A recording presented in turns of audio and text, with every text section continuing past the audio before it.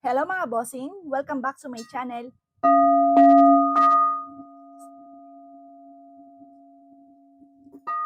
Kayo po ba mga bossing ko nitong 2025 ay puro mga pagsubok ang pinagdaanan?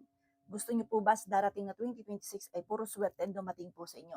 Yung bang mga swerte na hindi inaasahan? Yung bang nakakamit mo yung mga swerte na hindi mo inaasahan na magkakaroon ka? Gusto niyo po ba na ganyan na maganap po sa inyo sa 2026? Or kaya po mga bossing ko, ikaw po yung makaahon sa inyong mga pagkakautang at hindi ka na muli mangungutang pa. Pero totoo niya mga boss, wala naman po masamang mangutang. Lalo na kung meron ka namang alam na pambayad sa kanila mga bossing ko. Or kaya soon, kung ayaw niyo talagang mangutang, wag po kayong mangutang. At yan po magkakaroon ka ng maraming pera. Ngayon 2026, siksik-liglig at umapot. Maraming blessing ang darating sa akin. Dapat ganyan yung mindset. Subukan niyo pa mga bossing ko, kung ngayon 2025, negatibo ka. Ang inisip mo lagi, ay, baka ikaw po ay maubusan ng pera, or kaya po wala ka na naman pera, or kaya po iniisip po niyo, simot na naman, wala ka man lang ipon. Lagi niyo binubukas sa bibig niyo po yan. Subukan niyo 1 week, ganon mga bossing. Ewan ko kung lalo kang lumubog mga boss, lalo kang babagsak. Kaya ngayon mga bossing ko, kailangan ang mindset po natin, ngayon 2026, year of the horse, pero mga bossing ko ay puro mga magaganda. Ugaliin ang mga magagandang salitain mga bossing. At pagkatapos mga bossing, mainam, meron po kayong cinnamon. Meron po ba kayong cinnamon? Yan po ang wag na wag kayong magpapawala mga boss. Lalo na yung bigkis-bigkis na nakakulay pula, mga boss, yung pinakita ko sa inyo mga bossing ko, at ako'y nagbigkis na sa lahat ng pintuan po namin. May na mga bossing ko, meron kayong ganito.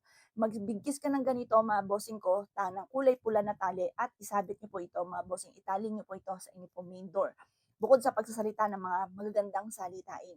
Mainam din po mga bossing ko, kapag napanood niyo po ito, maglaga po kayo ng ganito. Kung wala kang ganito, pwede rin naman yung powder. Pagkatapos lagyan mo ito ng kapranggot na asin. Tapos pag naligo po kayo mga bossing ko, pagtapos nyo pong maligo, maglagay ka ng kalahating timbang tubig, tapos ibuhos yung pinagpakuluan, tandisin muna kung kaya ng balat, tapos ipaligo nyo po yan mga bossing. Lahat po kayo, bigyan nyo lahat ng miyembro ng pamilya, sabihin nyo po, kailangan natin ito para mas maging magaan yung daloy ng swerte. Bukod sa salitain ng mga magaganda. Bagamat nakikita nyo na halimbawa, nakikita nyo talagang nauubos na ang pera, hindi ka talagang makaipon. Huwag niyong ibubukas sa bibig.